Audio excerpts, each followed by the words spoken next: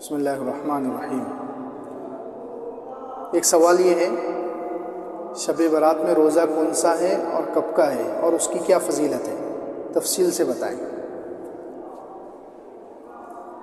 پہلی بات یہ سمجھنے کی ہے کہ شب برات میں رات میں عبادت کرنا ثابت ہے۔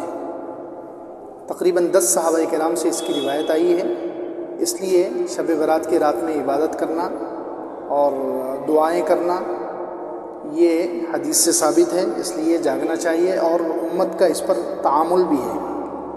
آج تک امت کے اکابر اولیاء علماء صلحاء اس رات میں عبادت کرتے رہے ہیں، اس لیے شب برات کی رات میں عبادت کرنا یہ ثابت ہے، مستحب ہے۔ دوسری بات، شب برات کے دوسرے دن یعنی 15 شعبان کا روزہ یہ کسی بھی مستند حدیث سے ثابت نہیں ہے۔ خاص 15 شعبان کا یا شب برات کا روزہ یہ صرف ایک حدیث سے ثابت ہے، اور وہ بھی بہت زیادہ کمزور حدیث ہے، اس لیے خاص 15 شعبان کا روزہ نہیں رکھنا چاہیے۔ ہاں، اگر کسی کو اس دن روزہ رکھنا ہے تو اس کی ترتیب یہ ہے کہ وہ ایام 20 کے روزے رکھے، یعنی 15 13 14 15 شعبان کے روزے رکھ لے۔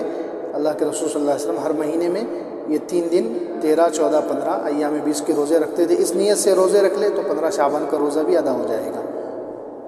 دوسرے اس نیت سے روزہ رکھ سکتا ہے 15 شعبان کو کہ اللہ کے رسول صلی اللہ علیہ وسلم رمضان کے علاوہ جس مہینے میں سب سے زیادہ روزے رکھتے تھے وہ شعبان کا مہینہ، رمضان کے علاوہ جس مہینے میں زیادہ روزے رکھتے تھے وہ شعبان کا مہینہ تھا، اس لیے حضور صلی اللہ علیہ وسلم کی اتباع کی نیت سے اگر کوئی 15 شعبان کو روزہ رکھ لے تو جائز ہے۔ خاص 15 شعبان کا یا شب برات کا روزہ یا اس نیت سے روزہ رکھنا کہ اس دن نامہ اعمال فرشتوں کے ہاتھ میں دیے جاتے ہیں لہٰذا میں روزہ رکھوں، یہ ثابت نہیں ہے، لہٰذا نہیں رکھنا چاہیے۔ اگر کسی کو رکھنا ہے تو جیسے بتایا گیا اس طریقے پر رکھ لیں۔